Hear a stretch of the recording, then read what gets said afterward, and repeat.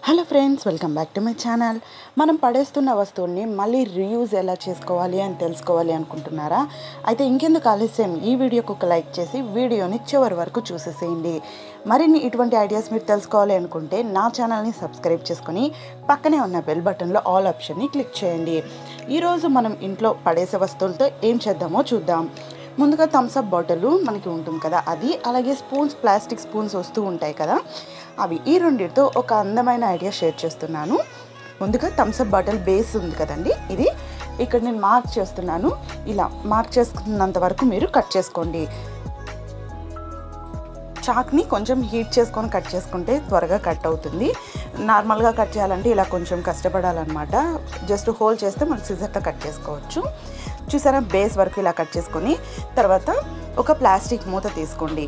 Plastic మూత తీసుకొని ఇలా రౌండ్గా కట్ చేసుకోండి. ప్లాస్టిక్ మూతే అవసరం లేదు, మీరు ప్లాస్టిక్ ఎలాంటి వస్తువు ఉన్నా ఇలా రౌండ్గా చిన్న ముక్కుంటే సరిపోతుంది. ఇప్పుడు దీన్ని పక్కన పెట్టుకోండి. ఇప్పుడు స్పూన్లు తీసుకోండి. ఈ స్పూన్లని ఇలా కాడలు మొత్తం కట్ చేసుకోవాలి. మన ఇంట్లో పడేసే ప్రతి ఒక్క వస్తువుని మనము అందంగా తయారు చేసుకోవచ్చు. అందుకోసం మనం జస్ట్ కొంచెం ఓపిక్గా ఉంటే సరిపోతుంది అనమాట. ఇప్పుడు ఇలా మొత్తం కట్ చేసుకున్న తర్వాత ప్లాస్టిక్ ముక్క ఆల్రెడీ కట్ చేసుకున్నాం కదా, దీనికి ఇలా గమ్ పెట్టుకొని ఈ స్పూన్ల యొక్క హెడ్ ఏదైతే ఉందో వాటిని ఇలా అతికించుకోవాలి. నాకు ఇక్కడ 5 అయితే పట్టిందనమాట. ఒక రౌండ్కి 5 అయితే పట్టాయి.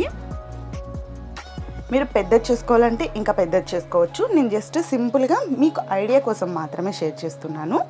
సో ఇలా 5 పెట్టిన తర్వాత ఇప్పుడు మధ్యలో ఇంకొక 3 పెట్టుకోండి. ఇలా మధ్యలో అయితే వీటిని చూడండి ఇలా నిలబెట్టుకోవాలి. మరీ పడుకోబెట్టినట్టు కాకుండా ఇలా నిలబెట్టుకోండి. అలాగే కింద కూడా చూడండి, కింద నేనైతే 4 పెట్టాను. సో మన దగ్గర ఉన్న స్పూన్ బట్టి మనం ఎక్కువ కూడా పెట్టుకోవచ్చు అనమాట. మరి చూసారా, ఇది మనకి ఒక ఫ్లవర్ లాగా రెడీ అయింది. సో దీన్ని ఇప్పుడు పక్కన పెట్టేసేయండి. తర్వాత మనం కట్ చేసిన కాడలు ఉన్నాయి కదా, వాటిని కూడా మనం పడేయకుండా ఇలా ఒకదానికొకటి అతికిస్తూ ఒక స్టాండ్ లాగా తయారు చేసుకోండి. ఇలా అతికించుకోవాలి. గమ్తో అతికించుకోండి, ఈజీగా అతుక్కునిస్తాయి.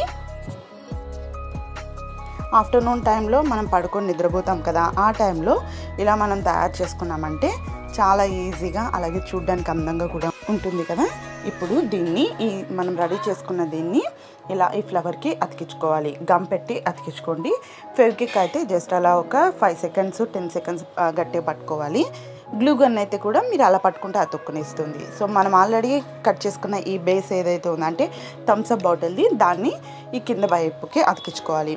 చూసారా, స్టాండ్ అంటే మనకి రెడీ అయిపోయింది. ఇప్పుడు మీ దగ్గర స్ప్రే ఉంటే స్ప్రే చేయండి, లేదంటే ఇలా పెయింట్ కలర్స్ ఉంటే ఇలా కలర్స్ అయినా వేసుకోవచ్చు, పెయింటింగ్ కలర్స్.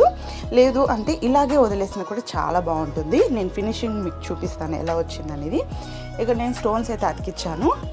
ఎక్కువగా ఏం పెట్టలేదండి, జస్ట్ ఒక 4-5 స్టోన్స్ తీసుకొని పెట్టాను అంతే. అలాగే వదిలేసినా బాగానే ఉంటుంది. సో చూసారా, ఎంతో అందంగా మనకి దీపం యొక్క స్టాండ్ రెడీ అయిపోయింది కదా. అది కూడా లోటస్ లాగా మీరు కలర్స్ కూడా వేసుకోవచ్చు. నా దగ్గర ప్రజెంట్ గోల్డ్ ఉంటే వేసాను. ఇప్పుడు దీన్ని ఏం చేయాలో చూద్దాం.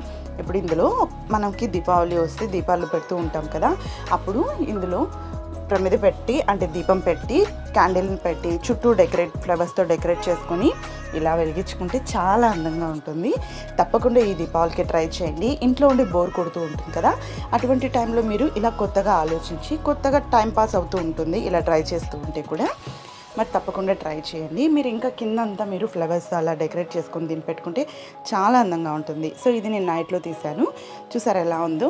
మరి మీకు నచ్చితే తప్పకుండా కామెంట్లో తెలియచేయండి. అలాగే ఈ వీడియో నచ్చితే లైక్ చేసి షేర్ చేయండి మీ ఫ్రెండ్స్ అండ్ ఫ్యామిలీ మెంబర్స్కి. మరొక ఇంట్రెస్టింగ్ వీడియోతో మళ్ళీ మీ ముందుకు వస్తాను. ఆ వీడియో మీకు కావాలి అంటే సబ్స్క్రైబ్ చేసుకొని బెల్ బటన్లో ఆల్ ఆప్షన్ని క్లిక్ చేయండి. Thank you so much.